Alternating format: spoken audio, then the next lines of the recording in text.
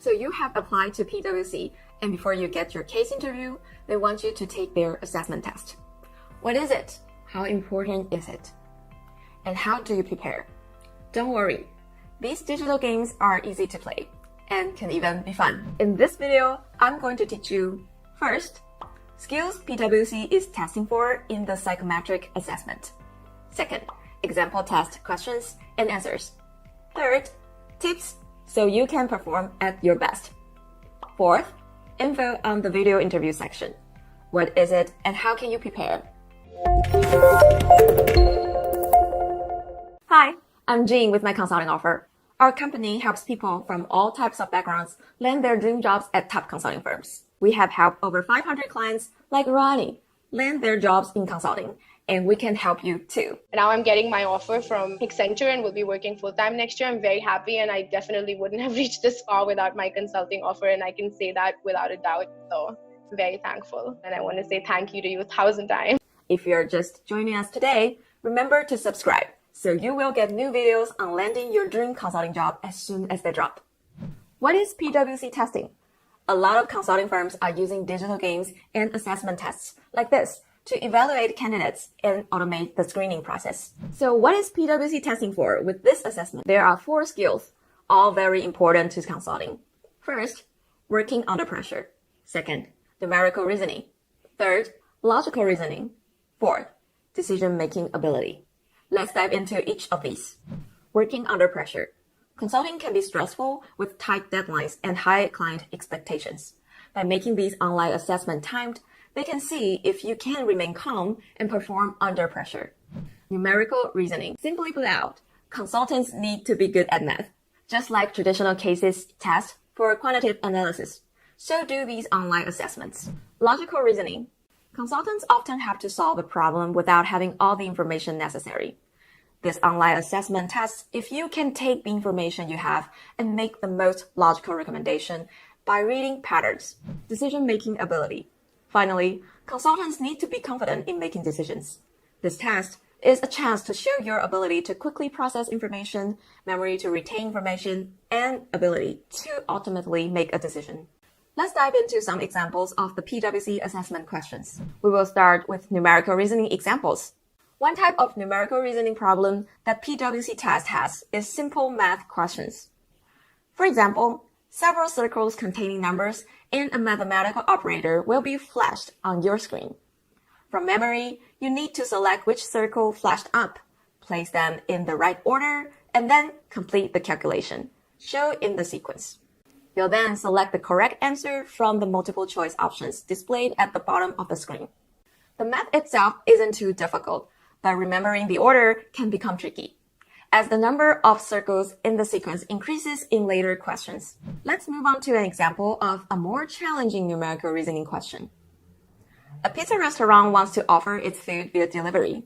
The pizzas can stay at the optimal temperature for no longer than 20 minutes.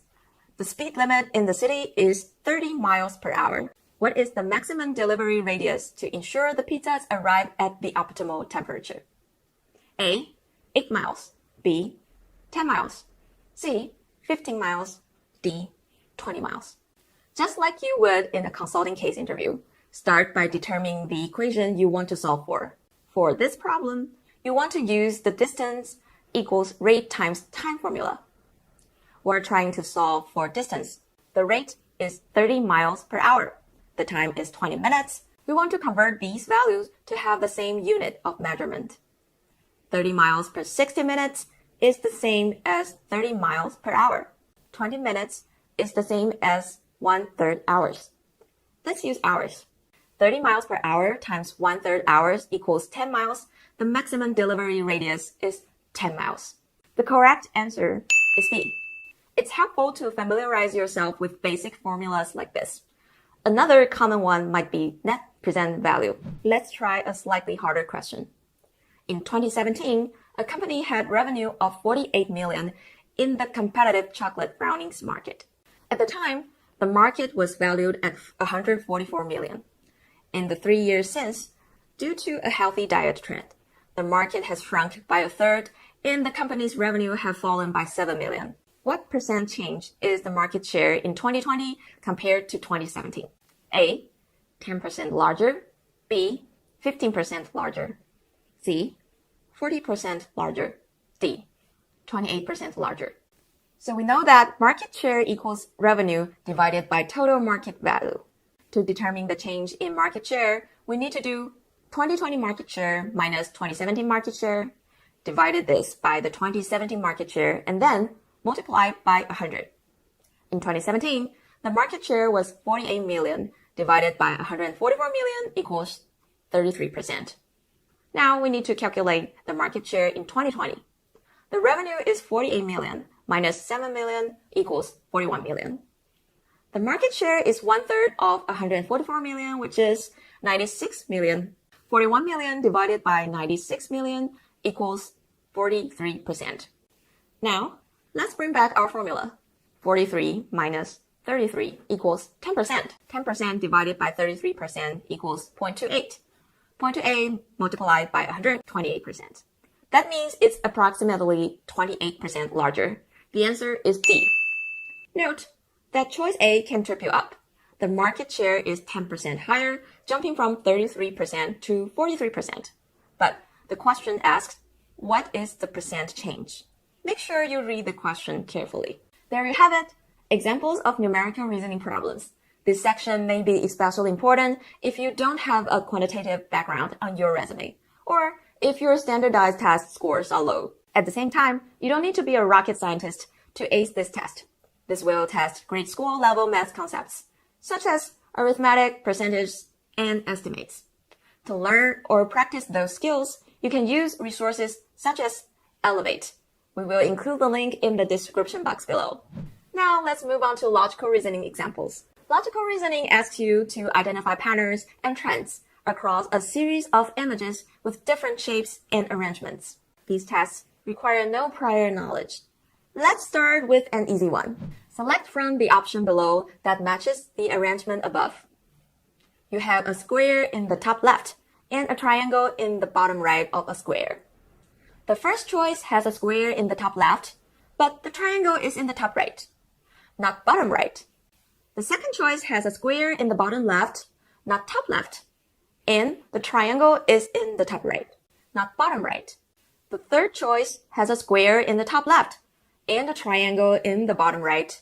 This seems to match, but let's just check the fourth choice. The square is in the bottom left, not top left. So, even though the triangle is in the bottom right, this is incorrect. Final answer is C.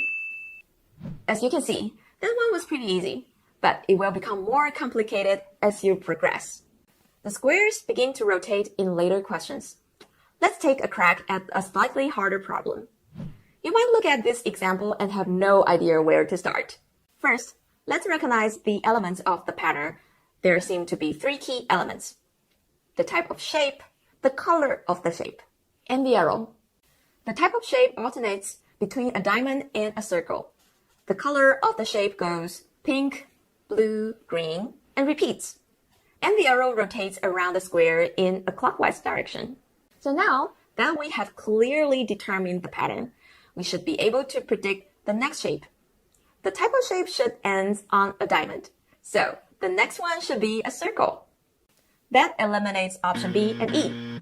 The color of the shape ends on blue, so the next one should be green. That eliminates option C. So now we are left with option A and D. Finally, the position of the arrow ends at 9 o'clock.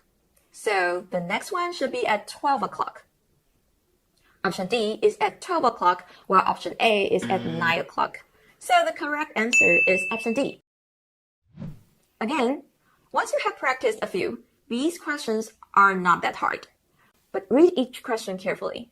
You want to make sure you understand everything fully and don't make a silly mistake. Now, let's talk about general tips to succeed at the PwC online assessment. First, check your technology. The last thing you want is for your computer to crash halfway through, because it may force you out of the test and not let you back in. Do a speed test to ensure reliable internet, close all your other applications to keep your computer running smoothly. And make sure your computer is on full charge. Second, take the test at the time you perform at your best. Unlike the face-to-face interview, you can complete this whenever you want, whether you are an early riser or a night owl. On a similar note, find a focused environment free of interruptions and distractions. Third, treat it as seriously as you would a traditional case interview. This is another opportunity to showcase your skills. Sometimes, dressing up in interview clothes can shift your mentality into performance mode. After PwC's online assessment, there is a video interview, which includes both behavioral interview questions and situational judgment questions. Here, you can show how your prior experiences can translate to being a consultant.